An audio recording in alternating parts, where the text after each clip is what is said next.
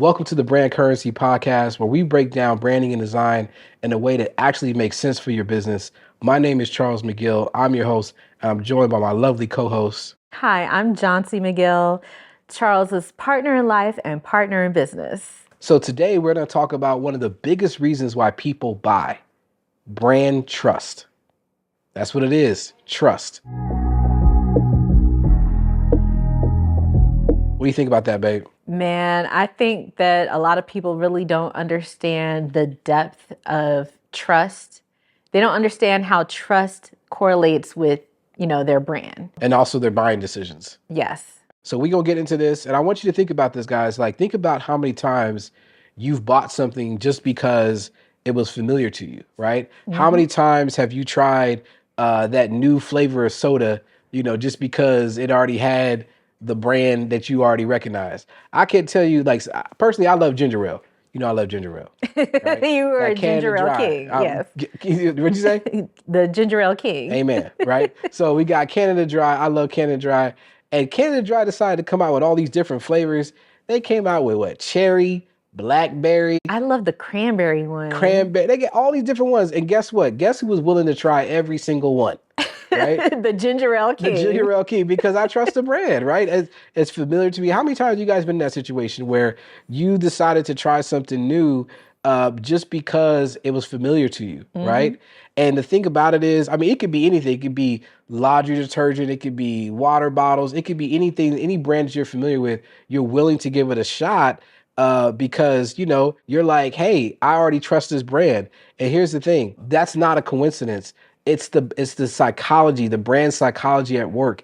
It's that brand trust at work. Right. It's the know, like, and trust factor, right? People buy what they know, what they recognize, what's familiar to them. That's right. Familiarity equals trust. Mm-hmm. Trust equals sales.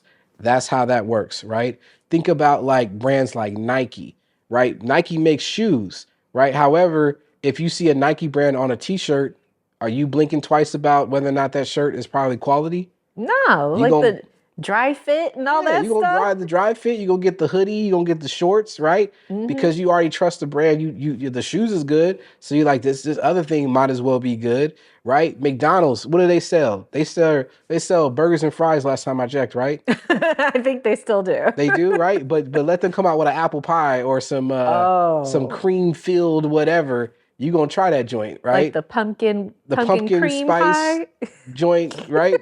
They make burgers and fries. Why would we trust that? Because it's McDonald's. We trust McDonald's. We figure it may not be the best thing we ever tasted, but it's going to taste solid. It's going to be the same way every time, right? That's how that works, right? Small businesses can't afford to overlook the power of consistency, the power of building trust, okay? And that's what we're going to talk about today.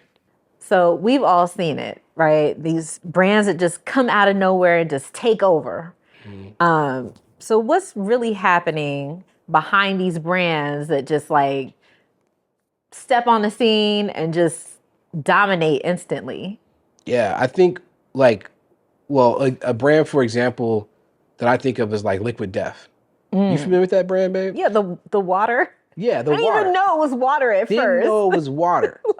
Liquid Death. I thought it was like an energy drink. Like, okay. Oh, this is like gonna get me on the verge. That's right. Okay, so what made you think it was an energy drink?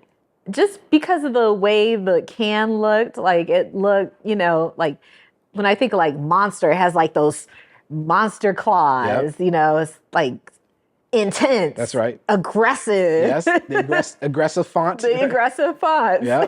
Right. So that's also the positioning, right? Right. How it was worded. Mm-hmm. Liquid Death. Right? I was like, what is that? What is that? Right? But here's the thing. Why did it take off so well? Well, there's a couple different reasons, but one of the main reasons is because of familiarity. Mm. So the branding of it immediately looked like something you already knew. Oh, because I thought of Monster. You thought of Monster right away. So immediately in your mind, you had a brand association. Uh-huh. And since you drink Monster and you trust Monster, guess what you did automatically? You made that correlation. You automatically, that trust carried over, Yep. right? You already were like, oh, okay, that's probably like that, right? Yep. And I Other made the people mistake of buying one and thinking not that you were going really to like get, reading it first. uh-huh. And I opened it. I'm like, Yeah. oh my See, God. that's total trust. It's water. You trusted, so you bought it and opened I it up. trusted it all the without way. already assuming that what you was going to Blind experience. trust. Yes. Now, here's the other thing that people also thought it was. It also reminded some people of beer, right? A Yes. beer can, right? So some of it was that people were at like these functions Right. of like, you know, you're at a concert and everyone's drinking beer, right? And you get some liquid death, right? You kind of seem like you can kind of join in, but all you drinking is water. You chugging that water, right? You're like, yeah, you just got water, right? But it looks like, you know, you might be throwing down something like, okay, like, you know. Yeah, for the people who might not be. For the people who may not be aware. Or want to indulge in alcohol. Exactly. But it gives a sense of familiarity and it lets you kind of be a part without having to actually indulge, right? Right. And so that was it. That was the genius marketing behind it, was that it positioned itself in a way that was so unique, right? It was, you know, because the fact that it was water was almost secondary. Like people found this out later. People just wanted to try it because they either thought it was an energy drink, they thought it was alcohol, right? And it had a cool name and cool branding. It was trendy. Familiarity. Familiarity breeds trust. Trust leads to what? Purchases. Sales. That's right. That's it. That's it. So automatically they were getting sales, right? Now, it just so happened that once people found out it was water and they found out the reason and all those things, it still went well, right? Because then they're like, okay, I can partake and still drink water for these different reasons and not have to feel, you know, different than my peers, right? So they were able to keep their sales going. But that was the initial rush, was that people just kind of like were like, man, this thing is like so positioned well and branded so well. And so another one I think about is Skims. You familiar with Skims? Yeah, the Kim K's line. Kim K's line. See, you said it already. Automatic, right? You that's all you got to say. Kim K. Everybody know who that is, right? And she came out with a line, right? I believe that initially it was her and Kanye kind of, and then, you know, they built this out. She got different associations immediately, got different brand deals with different major companies, and immediately that signaled to everyone else that they're legit. This is a real thing. Kim K's behind it. She's super famous, and immediately sales, right? Once again, familiarity, right? Trusting her brand, trusting what she's doing. Now it has to be aligned, right? Because I don't know if Kim K come out with anything it would sell. Right. Like if she came out with some, you know, cookware. Exactly, like a waffle maker. I don't know that people are buying that, right? Even though I heard she's a good cook, but I don't know, right? We don't know if we trust that. But a underwear line that's skin tight, almost That'll looks get you nude. snatched like Kim K. That almost looks nude. This is aligned with the brand, right? Right. This makes sense.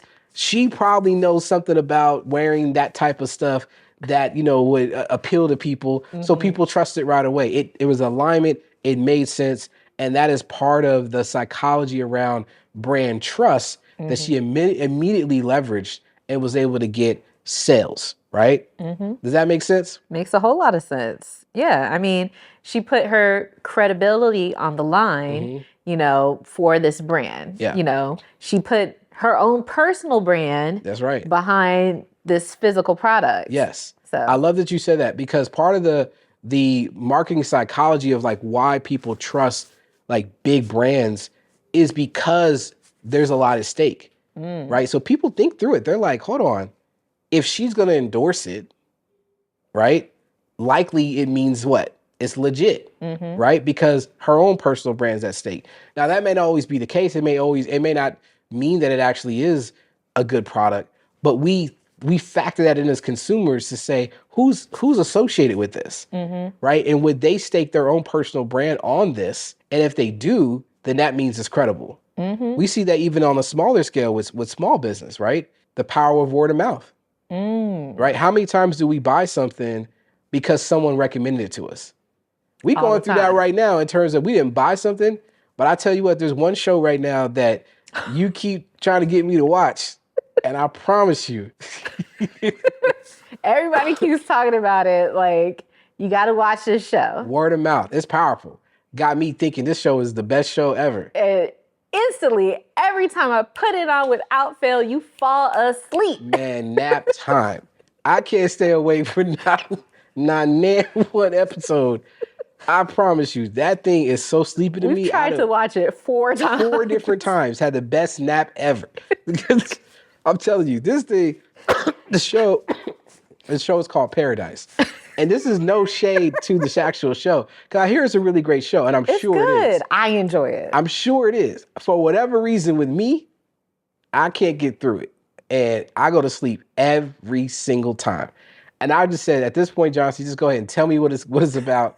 Because I'm not going to watch it. Because I promise you, every time I start it, I fall asleep. But the power of word of mouth is so much that it had us watching it not only once, but 4 different times we trying to watch this. Get through it 4 times. That's commitment. Because we trying to be a part of the social, the community. We don't want to. I don't want to be the one out that don't know about it. But I said, baby, just go ahead. You go ahead and watch it. Let me know about it because I can't get through it. And I don't even know why. Because I watch shows. I'm not, someone who doesn't watch shows. But for whatever reason, that one is sleepy time for me. All right, Charles. So just like you struggle to stay awake while we're watching Paradise, why do small businesses struggle to create that trust with their potential clients? Yeah. I mean, so mainly really what it is inconsistency. It's inconsistent branding. It's inconsistent designs. It's inconsistent messaging. Folks be all over the place.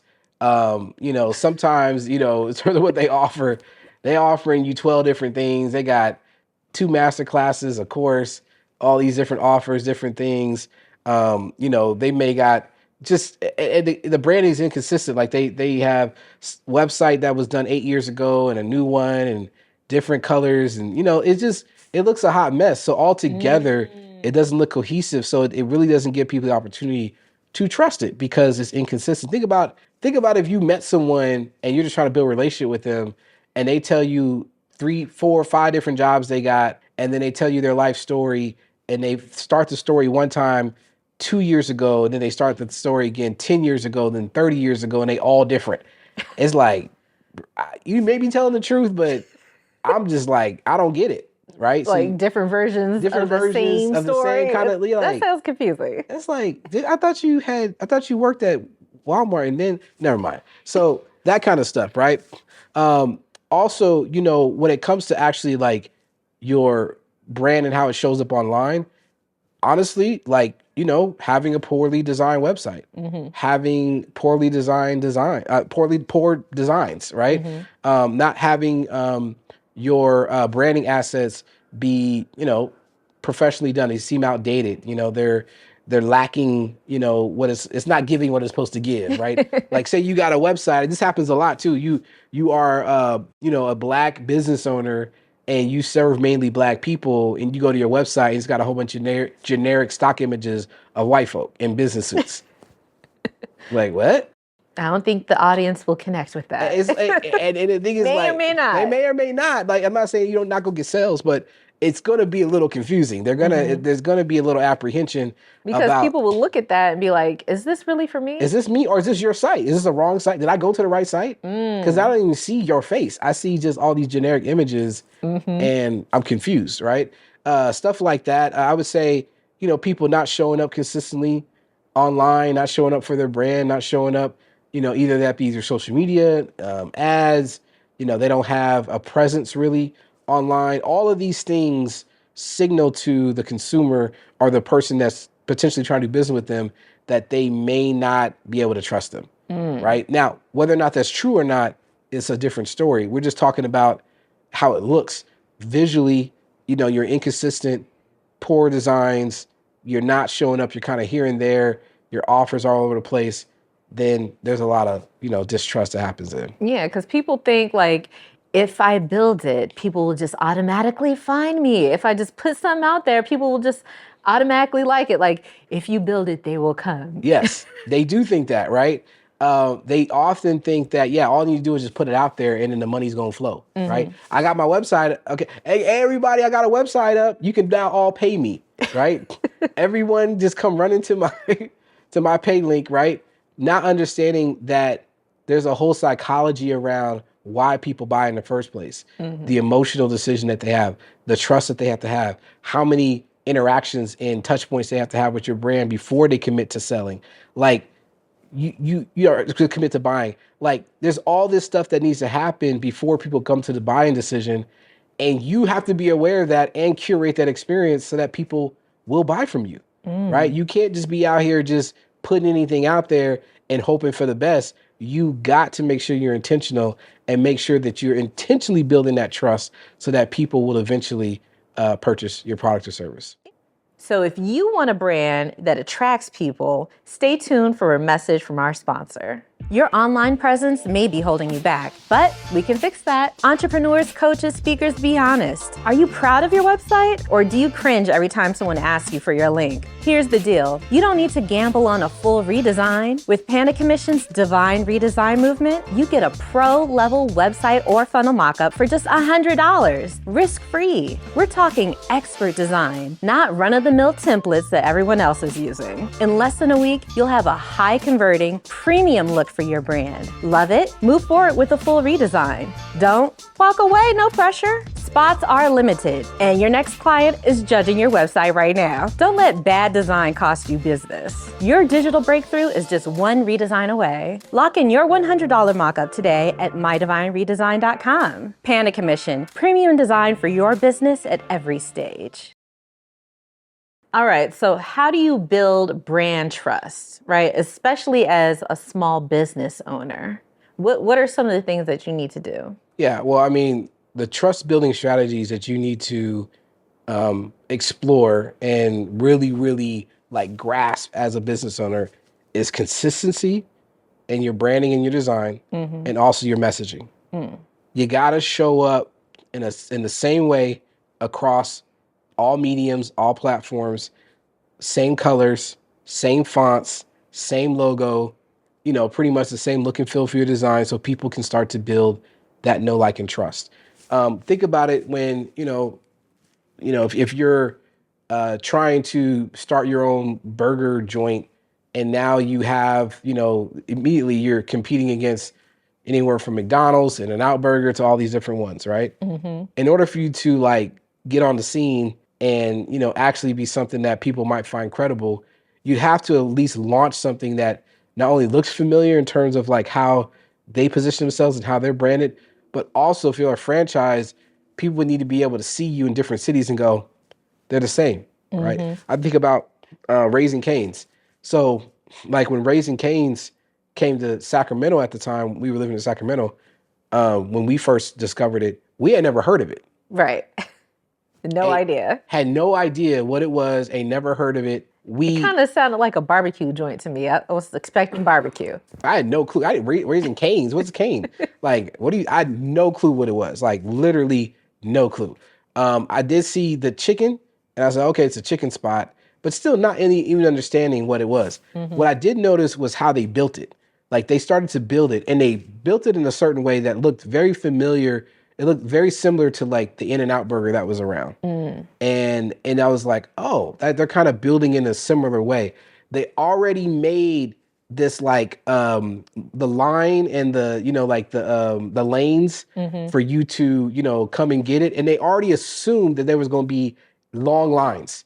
They built that into the structure, right? As you were watching how they built it, they're like already mapped out these 2 lanes and all that. I'm like, okay, like that, it seems very familiar. Like they already anticipating that it's going to be packed out like In-N-Out is, or these other spots, right? Or Chick-fil-A or whatever.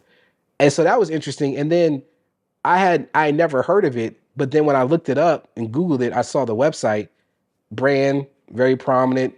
The outside of the restaurant on the website looks similar to the one that was being built. I'm like, okay, so I don't know how big, I'm not knowing how big they are, how small they are. I ain't never heard of them, right? But by the time they built this thing out and they started to do promotion and they were running ads and they were doing all the things, then I'm like, okay, this might be something to try at least, right? Because I'm seeing how everything's built. I'm seeing the website. I'm seeing the branding. I'm seeing how they're assuming that there's going to be mad line, right? So there must be something good happening here. And sure enough, man, when they dropped, remember? I was kind of anticipating it because it was like everybody was started talking about it. And then like the way, yeah, exactly. The way they were building it. And I was like, I might need to hit this spot up. Yeah. Maybe it's gonna be They already good. assuming like you about to be packed out. Right. They're not even worried about it. And sure enough, when they launched, it was like, man, this spot like must be something decent because there's so many people here. So they positioned themselves so well that you was at least gonna try it. You was gonna at least give them at least $10. You know what I mean? Like maybe you wouldn't go there all the time, but you was gonna get at least one meal to try it out to say yay or nay. Either you was gonna go there and hate, or you was gonna go there and love it, well, whatever. But they did enough, right, to make you want to purchase. And so that's something that people, as a small business owner, you could be thinking about. How can I position myself and show up in certain ways where people, the know, like, and trust is high, right? You seeing me either at a sponsored event, you're seeing me like, this is how we kind of do it in our own way. Everywhere we show up, we're on brand, right? We either got a hat, a hoodie, Everywhere. a polo, something. We even, when we're out and about, we be wearing Panda dunks, right? We got the Panda shoes on, right? We always on brand. So when people see us, they're like, know, like, and trust is raising. Even if they're not necessarily seeing our work, like our website, they know that we represent us and that we really care about what our product and service and believe in it so much that we want to promote it all the time, right? So that's one way that we can do that. The other way is your positioning as an authority.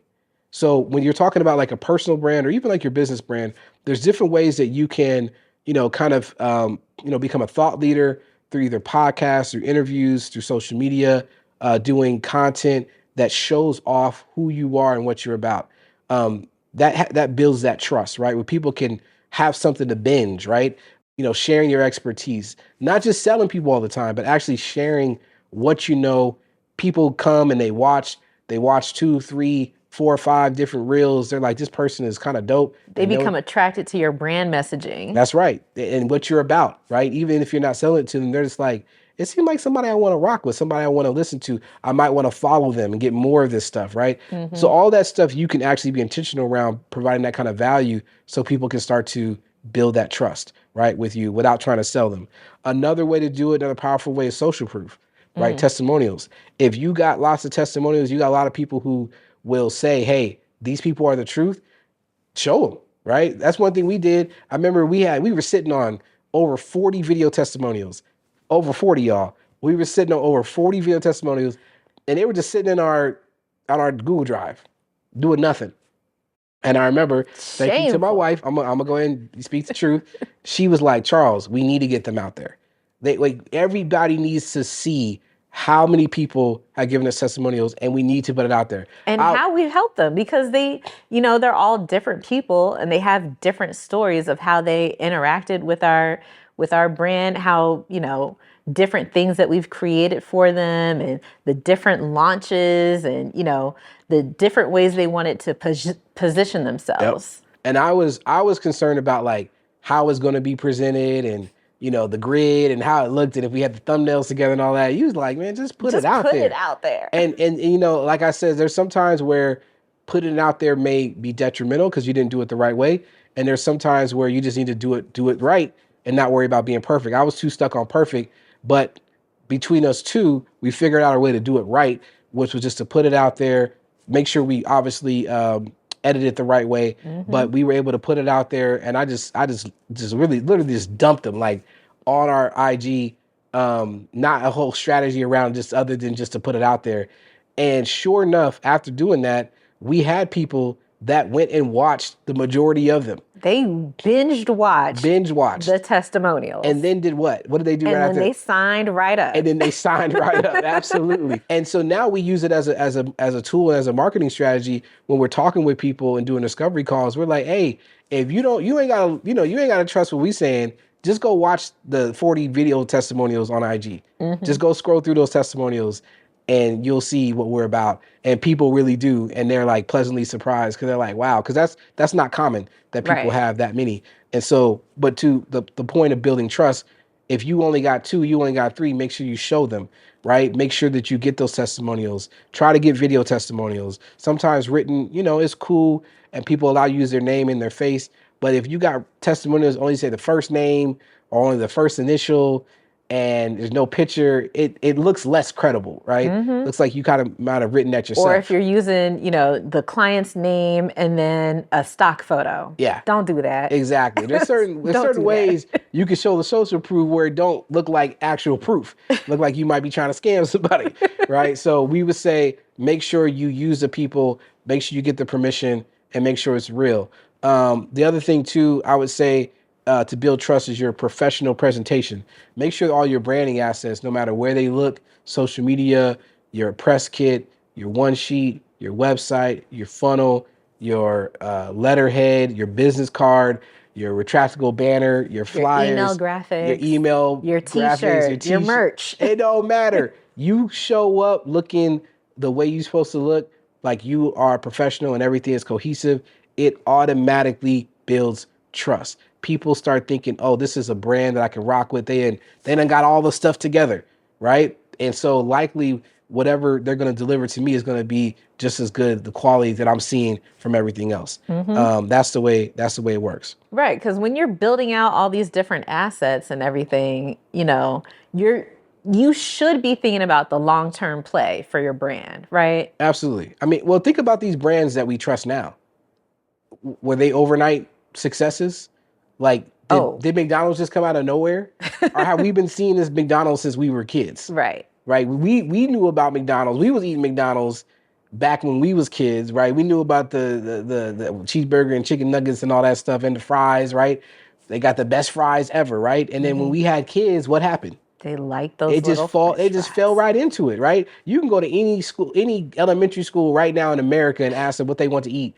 And y'all gonna say what? McDonald's, right? Immediately, right? And so why is that? Because they built that trust over years, right? Every time you go to McDonald's, it's the same thing. No matter where you go in the country, we've driven across the country a bunch of times. Not that we always stop at McDonald's, but if we ever have, we knew what we was going to get. It's actually surprising when you don't get it the way you're supposed to get it, right? Because they're so consistent. No matter if you're in a rural area, if you're in a big city, like it's the same. Those consistent. Fries are always the same. It's always the same. They always go, they should be hitting, right? They should be eating when they hot. Because they ever get cold. That's it. You find out that it's not real food and you be shocked. But anyway, so, these brands, they weren't built overnight. They had to continue to show up consistently and show up in the right way. So we got to be thinking about that in terms of our brand in the long term. Because we experience that too. Even sometimes when we're not even like, say we're at a place where we're a little tired and we ain't posted as much as we should. And then we start to hear people get messages and tell us like, hey, where y'all at? I know. What happened to that one thing y'all was talking about? And we like, hold on, that thing they got like 3 views. Like nobody was checking for us. We over there, remember we went to a networking function and people talking to us about our offer? No. Yeah, okay. Wow. Thanks. It happened. Yeah, it happened. I promise. There was another time when I had a speaking gig. Okay, hopefully you remember this. I had a speaking gig and when I walked in, they immediately recognized me. Hey, Panda. Yes. Right? And then they said, hey, you got that one event that you guys do locally. Yes. Right? This person ain't never bought a ticket, ain't never liked nothing, but knew about the event and had watched all the videos and all the stuff, right? So why? That's being consistent and about showing up, and they're always watching, right? And now, unfortunately, we haven't had the event in a couple of months now because we're trying to kind of recalibrate and kind of launch something new with it. But we still get hit up, people asking us, what happened to the event? I know, because they're like, why aren't y'all doing it? I wanted to go. We like, well, why didn't you go before? But that's the point, like, of consistency and us understanding it's a long-term play. So we're going to do it again.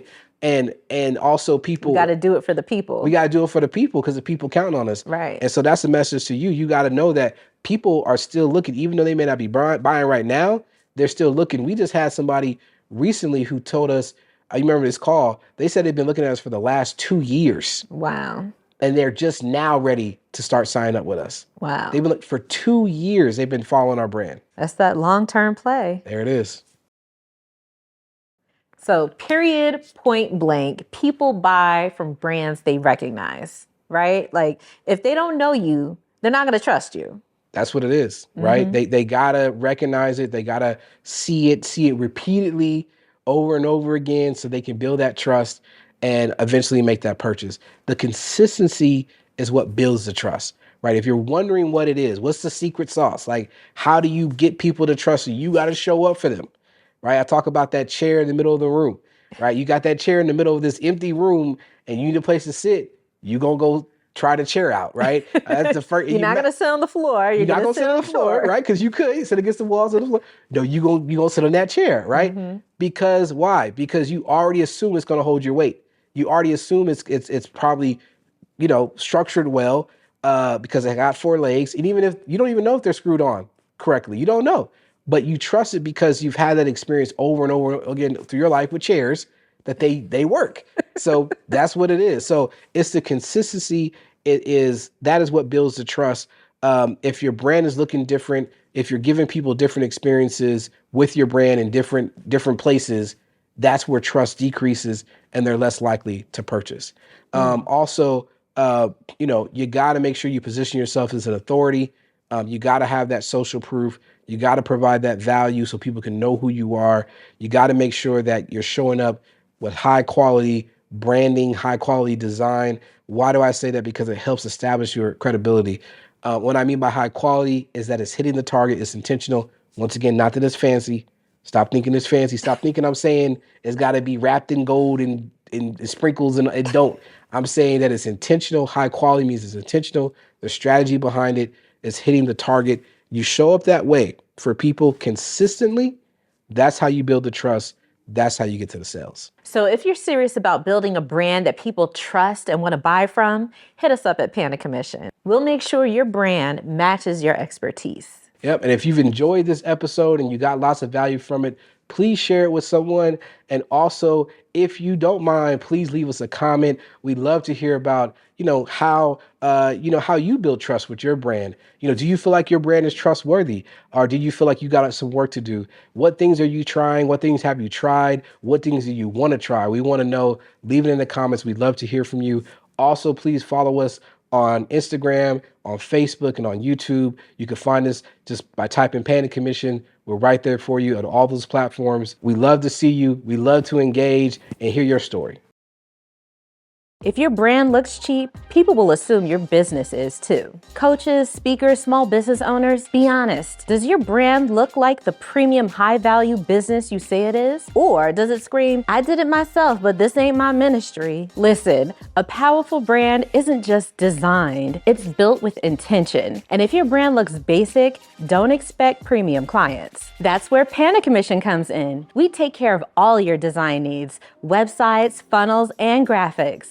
Unlimited, high-quality designs completely done for you. No more unreliable freelancers, no more overpriced agencies, just a flat monthly rate and branding that actually increases your conversions. It's time to show up like the authority you are. Get unlimited premium design. Visit pandacommission.com and sign up today. Panda Commission, premium design for your business at every stage.